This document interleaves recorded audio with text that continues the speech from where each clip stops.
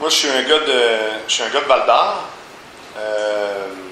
Val-d'Or Abitibi, jeune envoyé au pensionnat à Rouen pour pas parce que j'étais orphelin de parents ni d'école à Val-d'Or, mais il y avait une bonne école à Rouen, donc j'étais au pensionnat. Et puis juste à la période où ils ont connu, vécu le premier FM en Abitibi, qui était une radio communautaire, c'était Cirque FM. Puis à 15 ans, j'ai postulé pour... je voulais y diffuser un show rock. Je présentais un programme d'émission. Puis je me souviens du titre qui était complètement ridicule. Écoute, j'avais 15 ans, pourquoi se compliquer la vie comme ça? C'était les trapézistes de la chanson. C'était un show rock, on faisait jouer du Ted Nugent, du Led Zeppelin, du Cirque FM, radio communautaire. Et ensuite, Radio Nord que vous connaissez peut-être. Avec Go FM?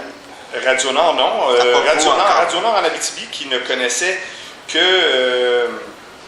réseau AM. À Val-d'Or, Amos, Lassar et Rouen. Okay. Possédait des licences pour le FM, mais à l'époque, c'est juste du AM. J'ai commencé à CKVD AM. Je suis parti de Val-d'Or.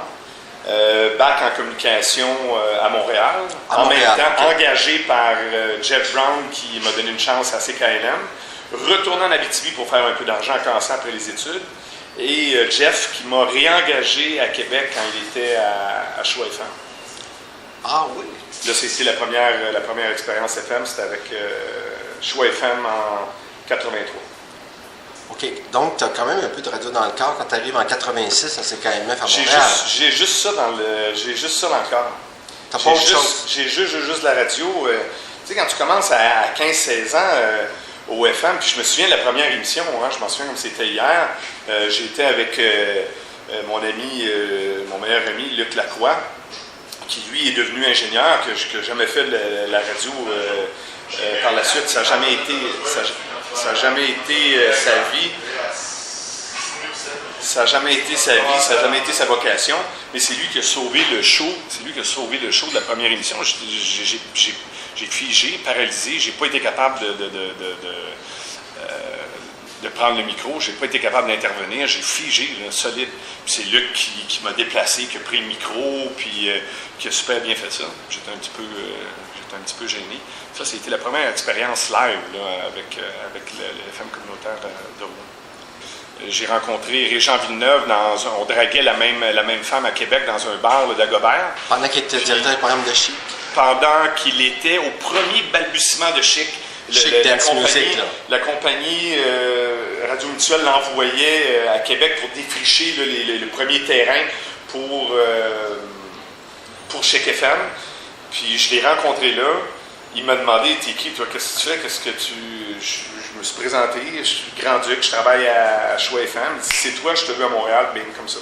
J'étais pas attiré par les drogues, j'étais attiré par le milieu, j'étais attiré par la musique, par les clubs, mais pas par la drogue. Fait que moi, ça m'a jamais... Et je me souviens d'avoir, je sais pas si j'ai réussi, mais de toute façon...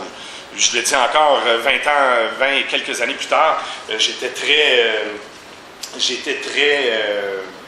sérieux quand je lui ai dit qu'il n'y avait pas à s'en faire, que jamais ça allait être ma priorité. Ma priorité, okay. Moi, c'était de faire de la bonne radio, puis de rejoindre le plus de gens possible. Puis depuis longtemps, c'était à CKMF que je voulais travailler. J'y étais, je n'avais pas envie de rater mon coup. Si j'ai envie de te dire, écoute, Rick, je te donne t'arrives de Québec, fais attention, c'est un milieu un petit peu rock'n'roll, on aimerait que tu puisses te... Moi, ça a toujours été...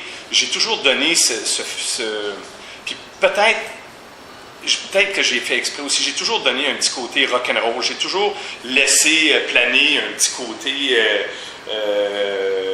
druggy, morrisonien, mais c'était toujours juste calculé. Puis je pense souvent, c'est juste pour me mettre au même diapason que les autres, mais ça m'a jamais affecté. Puis Québec, je dirais que à Québec, c'était encore plus dangereux qu'à Montréal. Je pense que ma spécialité, ça a toujours été, on a essayé au début, c'était peut-être l'après-midi, hein, il y a eu le départ d'Alain Monpetit, Guy Aubry qui a fait l'après-midi, et puis là, il y a la soirée qui s'est libérée. Je me souviens de Rock Denis qui a quitté l'après-midi pour faire un petit bout de retour à la maison. Puis tout naturellement, les heures de soir se sont présentées. C'est devenu comme on ne me voyait pas ailleurs que le soir. Puis je pense que quand tu es animateur en soirée, tu es étiqueté party, un peu plus club. Évidemment, tu fais une suite avec les sorties que tu fais après ton émission. Puis c'est une étiquette qui m'est restée collée.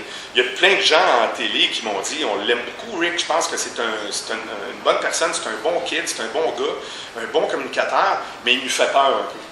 On a peur que ça pète. Puis je suis encore là pour le prouver. J'ai pu placer de l'argent de côté, j'ai pu partir en affaires, travailler sur un after career, puis j'ai toujours été très, très, très sérieux. À Montréal, c'est une légende qui pèse beaucoup. Hein? Le 5 à 8 depuis Michel Jasmin, je disais un truc cette semaine sur le type, un film incroyable que j'ai vu dernièrement sur le chanteur de Joy Division, qui s'est enlevé la vie. Le groupe est ensuite devenu les New Order, qu'à peu près tout le monde connaît.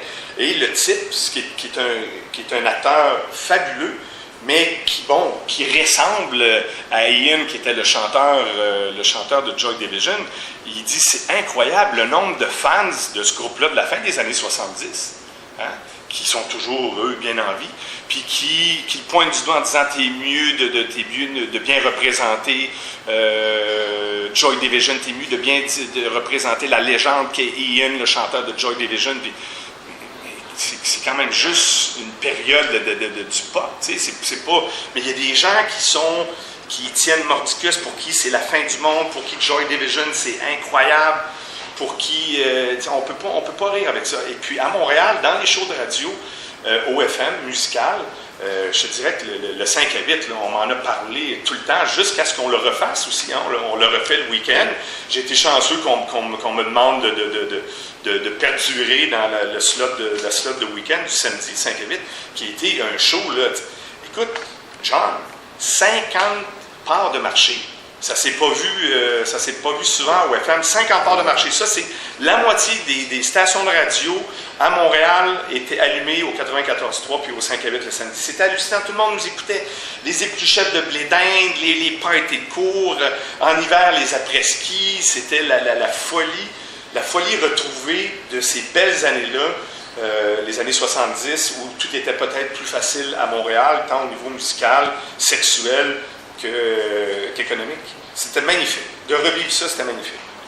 Les gens qui m'ont vraiment impressionné, je me souviens d'une entrevue avec James Brown, qui était complètement éclaté. Il m'a fait penser, j'ai revu dernièrement Don King, hein, qui était de passage à Montréal, mais quelle espèce de malade de la promotion, capable de dire quelques mots en français, plus que Sakou Koivu. Don King, qui est là, qui fait aller son petit drapeau américain, canadien et québécois. C'est magnifique, c'est magnifique. Pendant un match des Alouettes, c'est débile. Don King est débile. Et James Brown était complètement éclaté. On dit des plus grands, que ce sont les plus grands qui sont souvent les plus sympathiques, puis je pense que c'est vrai. David Bowie m'a fait halluciner. Il y en a quand même quelques-uns comme ça. Mais les plus populaires sont souvent les meilleurs. Phil Collins est affable. Robert Plant était génial. Les gars de Van Halen c'est les chums d'à côté. Sur ton site web, on en voit beaucoup. Ouais. Michael Hutchence, maintenant que tu me fais passer sur le wikidi.com, qui est encore actif, j'ai quelques photos. Et je me souviens de Michael Hutchence qui s'est pointé avec sa dernière femme, qui s'est enlevé la vie, hein, la présentatrice anglaise, avec son dernier bébé qui était Tiger Lily, incroyable, avec sa petite sucre de pirate. Puis il était tellement affable. Les boys, c'est des vrais Australiens sympathiques, là. Hutchence était comme ça. Il était vraiment comme ça, avec un petit penchant pour le Destroyer.